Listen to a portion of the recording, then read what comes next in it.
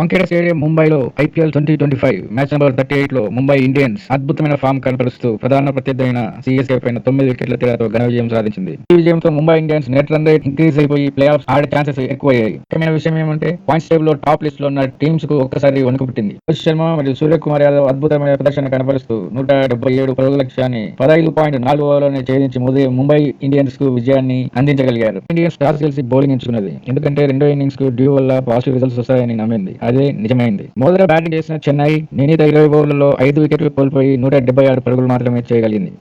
రవీంద్ర, రషీద్ ఖాన్ ఇద్దరు చాలా కాన్షియస్ గా బ్యాటింగ్ చేస్తూ స్కోర్ బోర్డును చాలా స్లోగా ముందరికి తీసుకెళ్లే ప్రయత్నం చేశారు. కానీ అశ్విని కుమార్ బౌలింగ్ లో రచిన్ అవుట్ అవడంతో ఒక్కసారిగా మొమెంటం చెన్నై వైపు వెళ్లిపోయింది. కానీ తర్వాత వచ్చిన డెబ్యూటెంట్ 17 ఏళ్ల ఆటగాడు ఆయుష్ మాత్రం అదే ఓవర్లో అశ్విని కుమార్ బౌలింగ్ లోనే 4-6-6 తో బౌండరీల వర్షం కురిపించాడు. వచ్చి రాగానే తన ఇంటెంట్ ను కూడా తెలియజేశాడు. కానీ ఎక్కువ ఓవర్లు ఉండలేకపోయాడు. 8వ ఓవర్లోనే అవుట్ గా వెనుదిరిగాడు. తర్వాత వచ్చిన జడేజా, దుబే మాత్రం మంచి పార్ట్నర్షిప్ ను నెలకొల్పి హాఫ్ సెంచరీస్ చేసుకుని టీమ్ ను ఆదుకుని టీమ్ కు ఒక గౌరవప్రదమైన స్కోర్ ను అందించగలిగారు. జడేజా అయితే 35 బంతుల్లో 53 పరుగులు నాట్అవుట్, దుబే 32లో 50 రన్స్ చేసి ఇద్దరు టీమ్ ను ఆదుకున్నారని చెప్పొచ్చు. 177 పరుగుల లక్ష్యంతో చేజింగ్ కు దిగిన Mumbai openers Rohit Sharma, Rickelton CSK bowlers పైన సర్ప్రైజ్ అటాక్ ను చేశారు. పవర్ ప్లే లోనే ముంబైకు 62 పరుగులు అందించారు. రికిల్టన్ అవుట్ అయిపోయిన తర్వాత రోహిత్ శర్మ, సూర్యకుమార్ యాదవ్ ఇద్దరు కలిసి పరుగుల సున్నామునే సృష్టించారని చెప్పొచ్చు. వీళ్ళిద్దరు పార్ట్నర్షిప్ 114 పరుగులు. ప్రతి బౌలర్ ను చీల్చి చెండాడారు. ప్రతి బంతిని బౌండరీకి తరలించారు. రోహిత్ శర్మ 45 బంతుల్లో 76 నాట్అవుట్, సూర్యకుమార్ యాదవ్ 30 బంతుల్లో 68 నాట్అవుట్. వీరిద్దరు కలిసి